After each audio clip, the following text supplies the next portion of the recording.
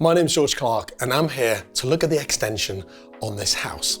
It's a side return extension. So what it's doing, it's taking fairly redundant space down the side of the house and making it into a habitable part of the home. To stitch old and new together, they've installed large expanses of glass in the old and the new, but also put in these beautiful blinds. Now, privacy can be a big issue with all of this glass. And these N-Light roller blinds work really well in this environment. And because they've got such a fantastic contemporary look, they bring the old part of the house bang up to date. Now, the design is brilliant. It's a series of bands, solid and semi-translucent. But watch it when it moves.